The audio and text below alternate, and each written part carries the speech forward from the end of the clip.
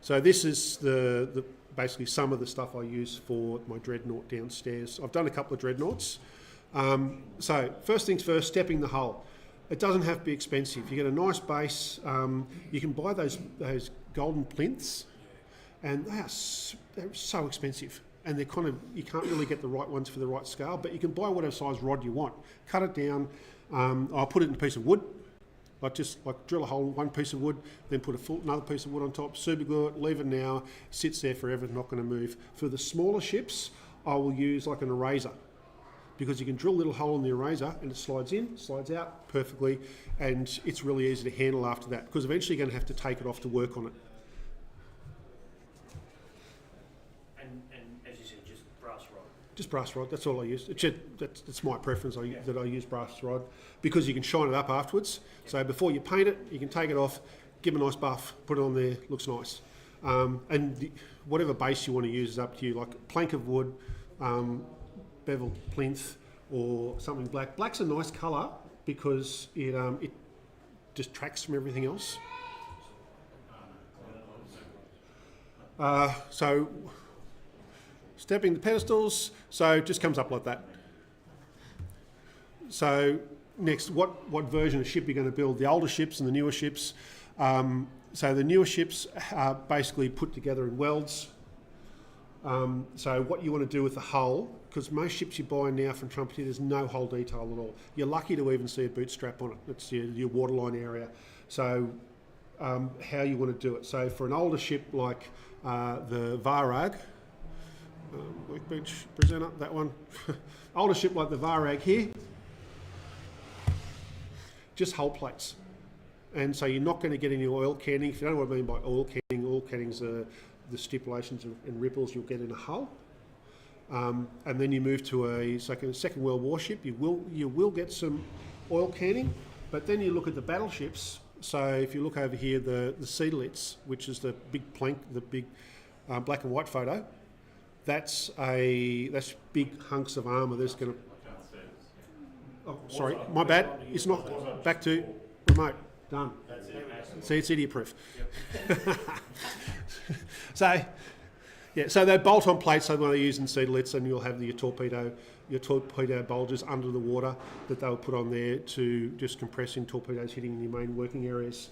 So moving on from there, so I will just use some masking tape and just spray can primer and just go over, slowly over, let it dry, do it again. Then you can build up those hull plates. You need your references, of course, to see where they're going, your straight lines and everything else. And then you can basically just use a scalpel and cut it in, start cutting in your hull plates.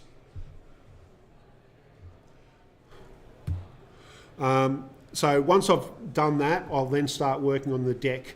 This is before any paint's gone on. The reason I like to work on the deck first, because this is going to have the most stuff on it. And then you've got the three types of deck. You've got your wooden decks, your Imperial Japanese Navy decks there, and it's got those brass rods on it, which was just lino, and then they put brass rods on top, which are going to dull down as time goes on, because brass is going to hit, it's going to go greenish. And then you've got your wooden decks and steel decks. So I find now I call them pre-chewed decks, because there's nothing you can do with them. Once you put a stick on deck, you basically, now from here on in, I'm going to paint it and then weather it from there. So you can put washes on it, you can put pigments on it, because you can't do it if it's just by itself. So the Japanese, the lino is pretty easy. You can weather that or paint it up as much as you want. Your ship's deck that it comes with, whilst they kind of look nice, there's not much you can do with it, because I'll shave off most of my deck features, because I'd replace it with something else to make it look nicer. And realistically, I spend my whole time, as if you're a modeller, I use my optimizers all the time. And so once you're going back to this, I can't see any of that. But who knows? I do. So you've got your gap, and also these wooden things, they've got big gaps in the middle of it, and you can't fix it. I don't care how you good. It's not going to work properly. So that's my Yamato there. So a nice black deck, which had in its final mission. And with that, I just used some pigments on it, just to bring up the decks a bit. And so the black paint there is... It was a black deck. It came as a black deck specifically for that model. You can get the white, or you can get the blonde, or you can get the black deck itself. But if you want to do a black deck, it'd be pretty simple. You just prime it and spray paint it black, and then just use your weathering layers between it. And so that one isn't the original kit deck with the No. molded in decking. No, I built this was the Tamiya Yamato, the last one they did, with the Pontos upgrade. Okay, yeah. Plus whatever else I could decide to spend money on without telling the wife. So once I've done the actual deck itself, I will then move to and that's just your metal deck. So you can do a lot with metal decks, that's for my Suzu.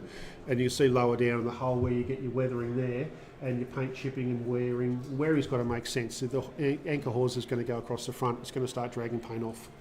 God, I probably did about 10 years ago. But you can see there is a gap there between the top of the deck and the side of the hull. I'm not worried about that because that's where I drop my railings in, unless I'm doing individual stanchions.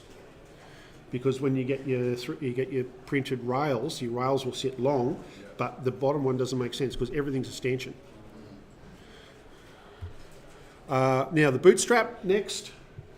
The Royal Navy used to use this as their best part of their paint, their best paint they could use in the Second World War, because this is the hardest wear area. This is where ships came alongside, rubbed up against it, where the rubber meets the road, so to speak. So you can see with that, and I've got a salt line there. Salt lines are really easy. You just put a masking tape, use a bit of the AK salt, and you can it's very, very pervasive. So you just got to keep letting it dry and then take it a little bit off, because it's really, really strong.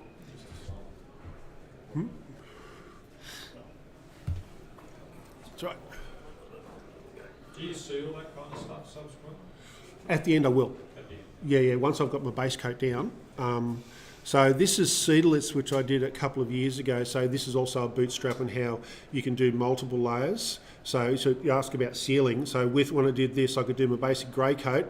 I could put my bootstrap over the top and then seal it, put some chipping fluid on it, put the next layer on, chip that back, seal it, put another coat on of a different colour, seal that back, rub it back. So it comes out quite nicely in the end.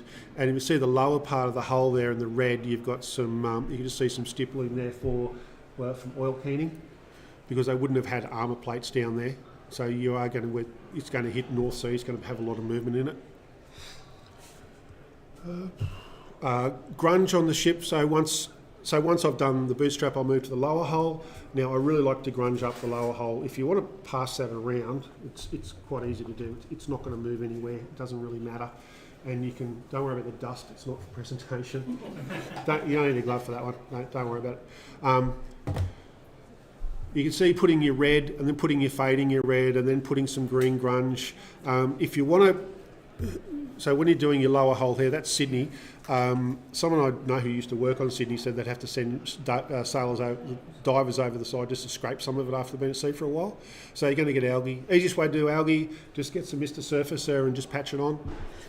If you want to make it really bad, you could do that and then put some But it's doable and it'll look good, because all you're doing is then using some cotton buds, put Mr. Surfacer when it's wet, let it dry, shave it off, do it again, shave it off, and you're going to make it thicker and thicker and thicker. But that ship's obviously been sitting in the one place for quite a long time, but it's up to you. It's your kit, you do what you want. So the upper hull, same thing. Now, that's just airbrushing in to accentuate your panel lines for your hull. When you're doing oil canning is really quite easy. It's just time consuming. Mask it, spray, mask spray, mask spray, mask spray. I'll work from one end to the other. So once I measured it out, I'll put the markings on the masking tape itself, so I know where my masking is going to go along. So that's from one of the US ships, one of the Fletcher class destroyers that are just parked in for demonstration somewhere. That's the kind of oil canning you can achieve. Hull details, bolt-on hull details. This was from the Isuzu, the Japan, I think it was Haswaga maybe. There was no hull details on that at all, none. So you've got to add everything yourself. And you'll see the ringolds there. I can't zoom it up. The ringolds are the eyebrows that go over the portholes. You'll see a lot of aftermarket kits, they're full circles. They're not full circles in real life. They're only an eyebrow. so you can buy separate eyebrows. So the easiest way to use that, just get yourself a grease pencil, put it on, use a bit of liquid glue, very, very light CA. When you put it down, it will stick quite well. Drill out your portholes, obviously. And it's on your base coat, though. You can't put it on paint because it just doesn't work. I should have said that earlier, it was meant to. So that's Graf Zeppelin. So you can make as much moderation as you want, and when you have your dazzle patterns, you can just fade your dazzle patterns. It kind of looks really strange when you see it in a big scale, when it's meant to be that big. That's when you see your errors.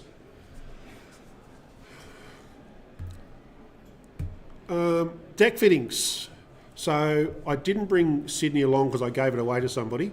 So your superstructures and deck fittings, that'll be your next part. So this is where I don't really have to handle a ship anymore. I should be able to now put it on a pedestal and work everything from there. And just keep dry fitting to make sure it goes on without me having to push anything down hard. So a modern ship's going to have, and you can hand this one around next, you'll see it's got cameras and downlights everywhere on it. So this is why you need to do it off kit on your superstructure as you're going along. So if you look at, and also with this one, I'll pass it along the other side, that's like a Zulu class. So they're not going to have the same kind of details. Now, a lot of the stuff I use these days is from Micromaster, the 3D printed stuff, because you're just not going to get better. So as you see here from that image there, where you've got the HMS Kent, which is that one there, that one was done completely off kit. The whole superstructure. Whole superstructure. So you look at the picture up there, did the whole thing off kit. Because it makes it easy then, because I can then put the warning lines all around it. Yeah. So and then I can just plonk them down there afterwards, and then you'll do your railings last, then your rigging. Yeah. It just makes it easier to handle your ladders and everything else that comes with that. Now I'm assuming that's not the way the kit tells you to do it normally, or Yes and no, but don't forget the kit. It depends on the kit. yeah. Like if you read the instructions that come with an aftermarket set, no one in this world can understand them. You can't. And it's only experience you've got to go through, and this is like, oh, you didn't even mention that bit. What's this bit, and where's this come from? So like, yeah. It is a bit loose. It's a bit loose because I think they understand it, but don't forget they read from the back of the book to the front of the book, whereas we read the other way. And I'd say there's probably some confusion in that. That's their way of thinking. This is my way of thinking, and that's where your clash is. So, and then look here in a Suzuki again. You've got your boat cradles that can go on afterwards. So that's the kind of detail you can get. That's completely 3D printed. Yeah, that's the one. That's a 1350. That's a Micromaster Oct pom pom. So, and I've built one of these out of the Pontos set with the brass. And it takes about an hour for each one, and it doesn't look anywhere near as good as that. And you're thinking like, well, There's a trend to move to sports, just being a high quality ready. yeah, I think you've got to use both. And I find with particularly with the taller ships, having the masts. No, only Pontos can do the good masts. Because if you want to rig it properly, you need strong masts. So if you look at Vayag here, when I did that, I got brass masts from aftermarket and put them on there. Because there's so much rigging on the older ships, it's the only way you're going to get the tension on the wires that you need. So this is that's a 3D printed funnel set for Dreadnought.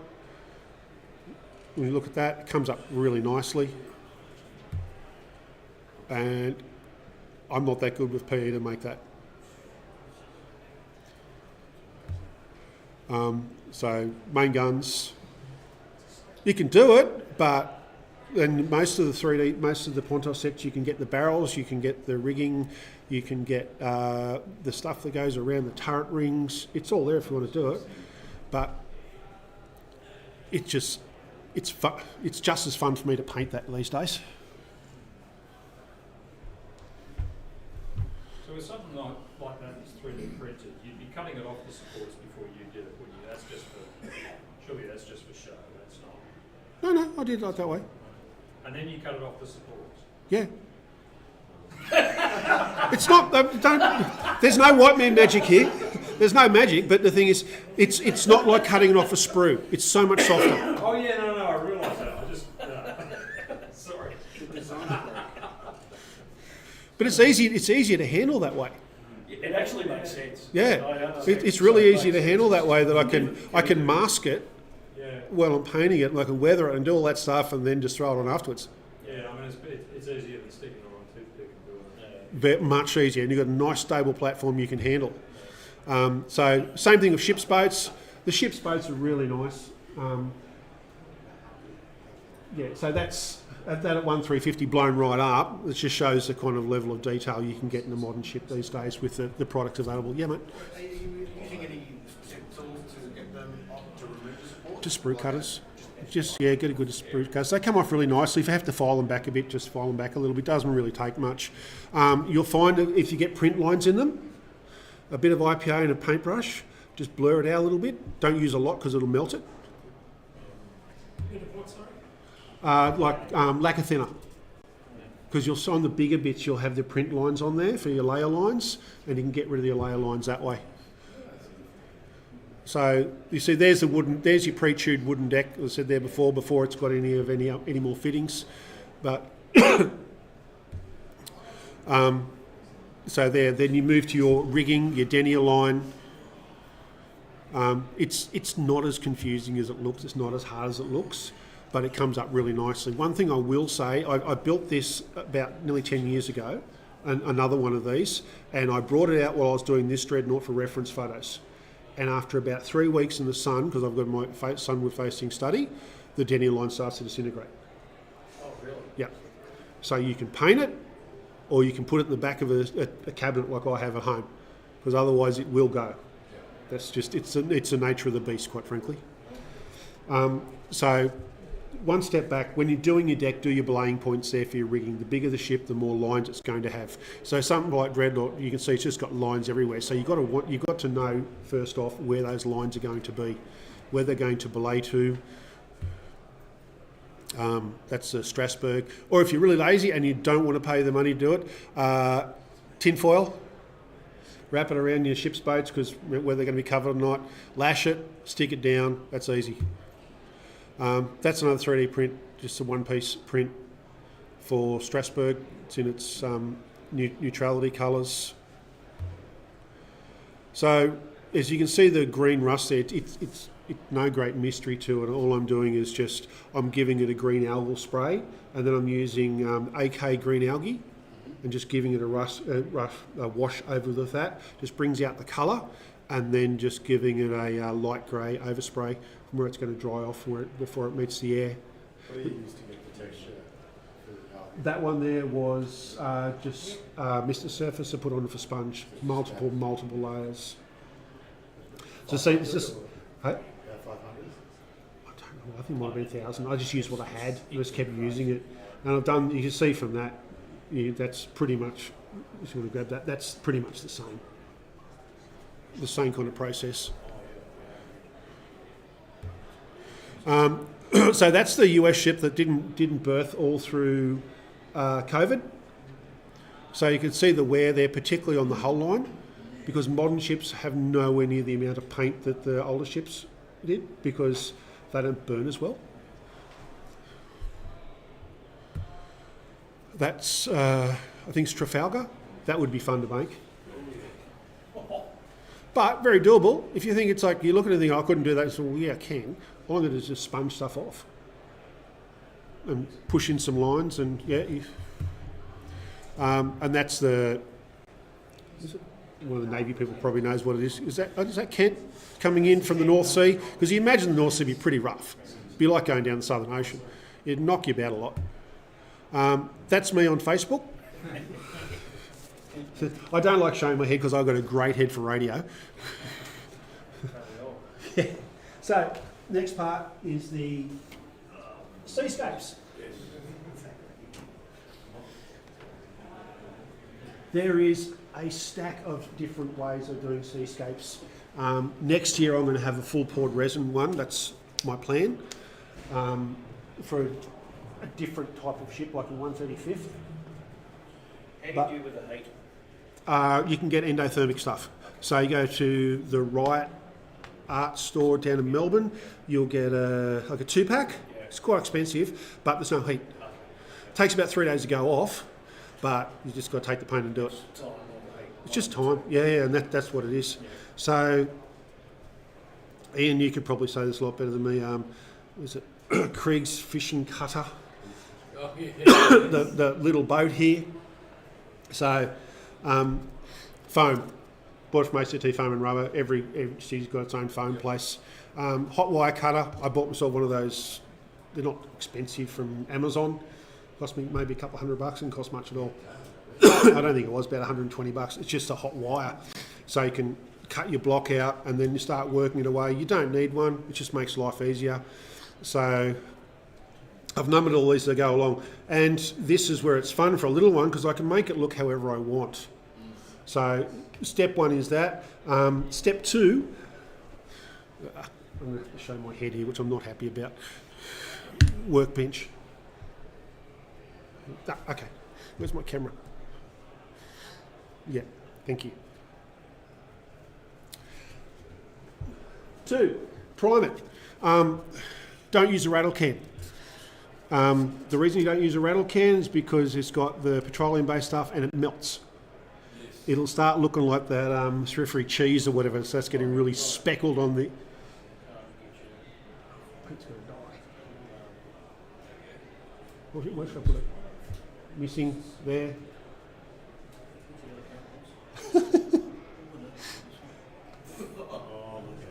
I won't tell him. Presenter, try that. No, we're up. Okay. I'll leave that on there and I'll let's go. Let's go. Remote, presenter. I can't see where I am. Oh, here we are, yeah. Acrylic paint, so just go to a paint store, buy acrylic paint, like black, makes a nice gas, or you can use it to just cut your cut a piece of veneer and then paint it over the top, put it on the sides. This took me about 2 days to do, so I just did a whole row of them when I did this presentation. A bit of grey primer on top, put your waves in, so as I progress through here, you can imagine North Sea would be pretty big and these things would be absolute shit full, sorry, can't swear, to be in the ocean with. Then putting a black base, and then I'll use the DAS putty, just the water putty. Yeah. And just rub it in there. You can make your own, so start passing these around. 1, it's written on the bottom what number it is. Yeah. So input your waves when you're doing this. The only reason this should be red, the colour of the DAS, but I've just put a black primer over the top of it. Nothing more specific than that at that time. Then putting a deep blue, there's a deep blue sea, but I mean, it depends where you are in the world. You want it to be shallow, you're going to have lighter blues. Then putting some lighter blue around the outside of where the ship would be, coming up the top of the mountain and sea.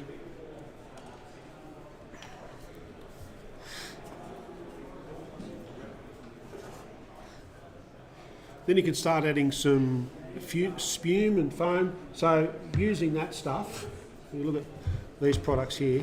So acrylic water, come up, water and waves, and finally foam. This foam stuff comes up really well. It's really easy to use, and this is your glue when eventually you stick your boat in. So, no, they're not microbeads. No, it's I'll pass it to you a sec. Microbeads are kind of like you get that for the snow. Yeah. This is more like a Perkins paste, but it's fuzzy stuff. So make your waves how you want. That's up to you. So once I've got that down, I'll put just overspray with a gloss coat, just to bed in that. It's other way around, going down the hill. So a gloss coat coming down, just to start bonding all that the foam you've already got in there in place.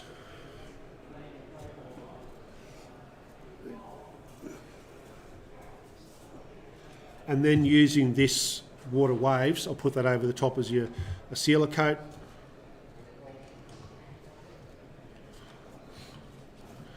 So you're only limited by imagination how you want to do your waves.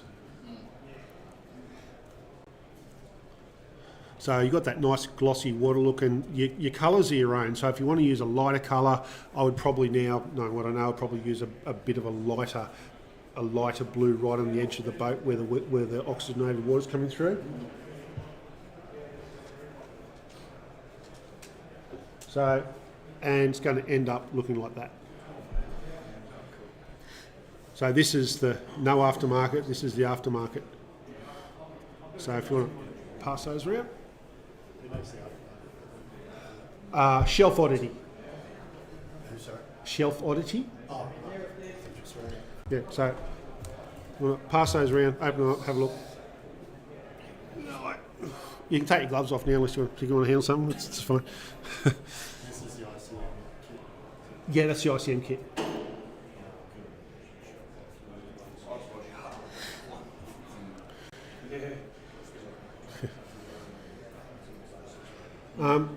Yeah, questions?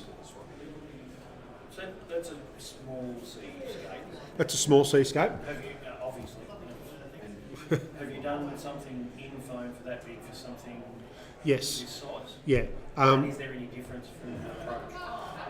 No, not. It's getting the waves right, the wave patterns right. Like never having been in the Navy, like some people.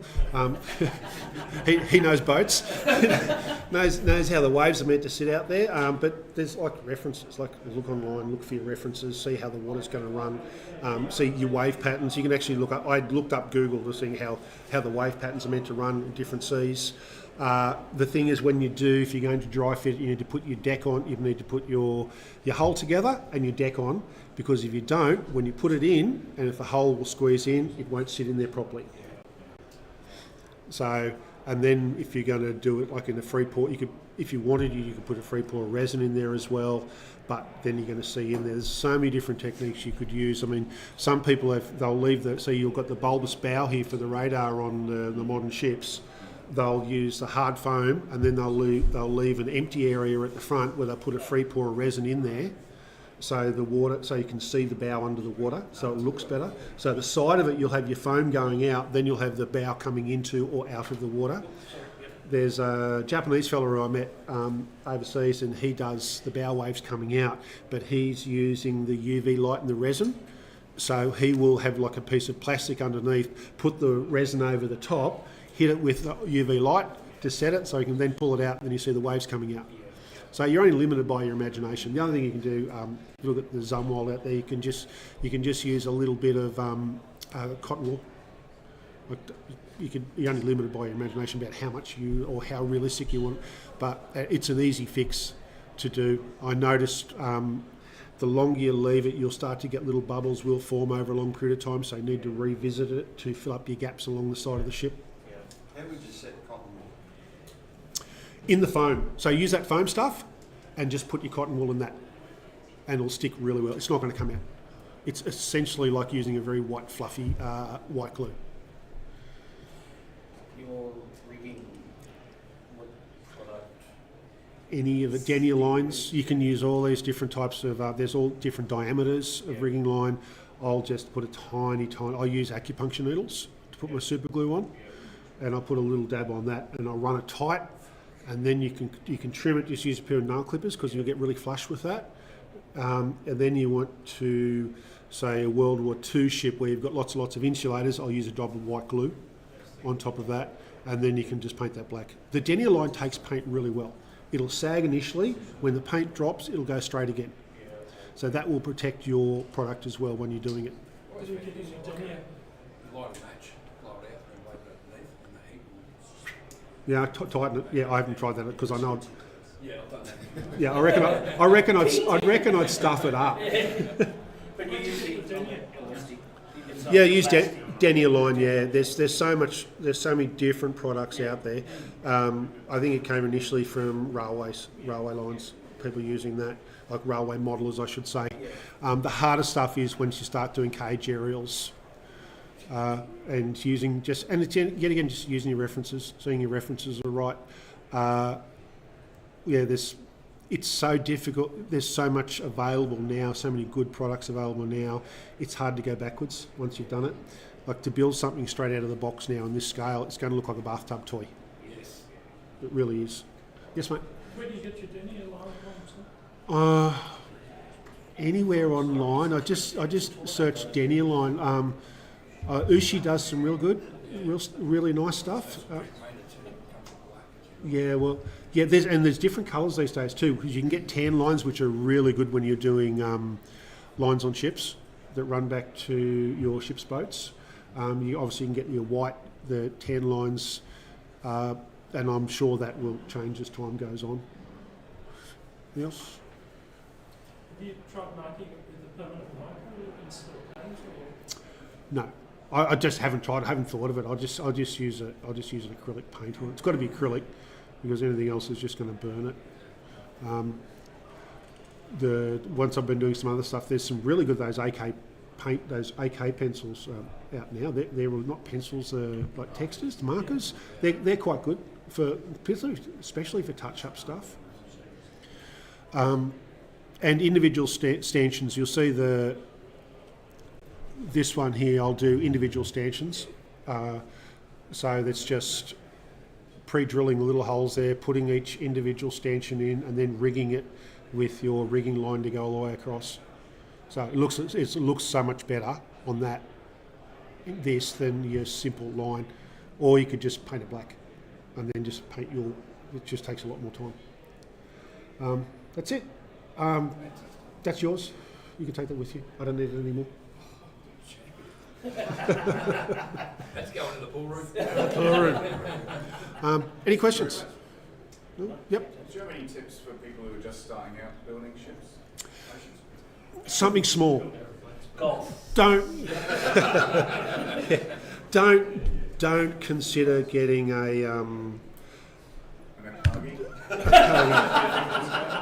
You can if you want, but just think. But you've got to remember, this is the next 6 months of your life.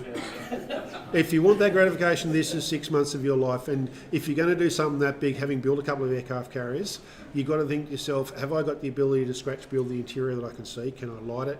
Have I got the space? Where do I park it afterwards? Because once you start putting masts on things that big, like I know people like to build, people are building bigger scales now at 1/200. Where do you put it? Because the mast is going to sit that high. And if you've got a cabinet, that's fine. But these things attract dust like nothing else. And this sits in a cabinet, you can see the dust it attracts. And also the one. Not necessarily the actual skill of building it. It's more about planning for the amount of time you need, the amount of space you need, that sort of thing. Build a destroyer. Like build a destroyer size. Because then you'll get an indication where your skill's at, how you can do it, how you'll progress through it. The first ship that I built after, I built pretty much a scratch-built Endeavour, which is fully rigged, and it's a big ship. You've got to learn woodworking, then you've got to learn rope making, and then you've got to learn all the other stuff. So then I built a Vareg, the first one, which was a multimedia kit, and I painted the whole thing with rattle cans. It came out all right. I was still pretty happy with it, but I'd never used PE before. But because I'm using PE on a smaller kit, if I stuff it up completely, I haven't sold the farm down. I haven't killed myself that way. So pick a genre you like. Because once you get a genre, like I really can't change scales now because I have so many spares. On my Facebook site, you'll see a list of my builds. The list is on Model Ship World, which has got all the build logs, and that's got a lot of reference photos as I do each build. So there's a lot of ships on there.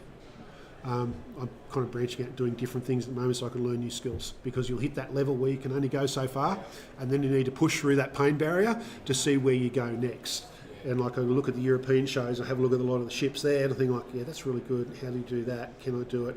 And think like that's why I moved on to Seascapes. I need to do something different. And I'm also limited by what I want to build now and what has good aftermarket. So you can think, I've always wanted to build that ship, but there's nothing else. Unless you're a really good scratch builder, or there's product out for you, how are you going to make it to a level that you want it to be? Anything? We good? Okay. Thanks, guys.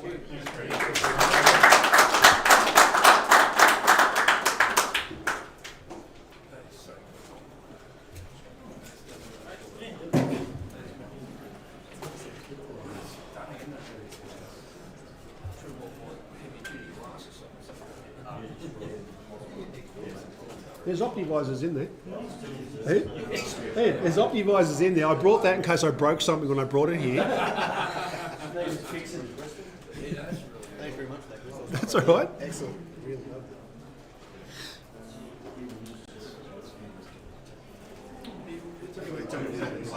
Sorry? When you went to Malaysia, Yeah. like, who's doing it right? Layman's, the Asians. The Koreans are pretty much the best, but their language is just a killer. The guys that make the Pontos stuff, they don't speak English at all. So trying to talk to them is like just too hard. And I don't think they're particularly interested in this either. We're not their market. Because I bought a couple of years ago now. I bought a Wasp, which is like a landing helicopter thing.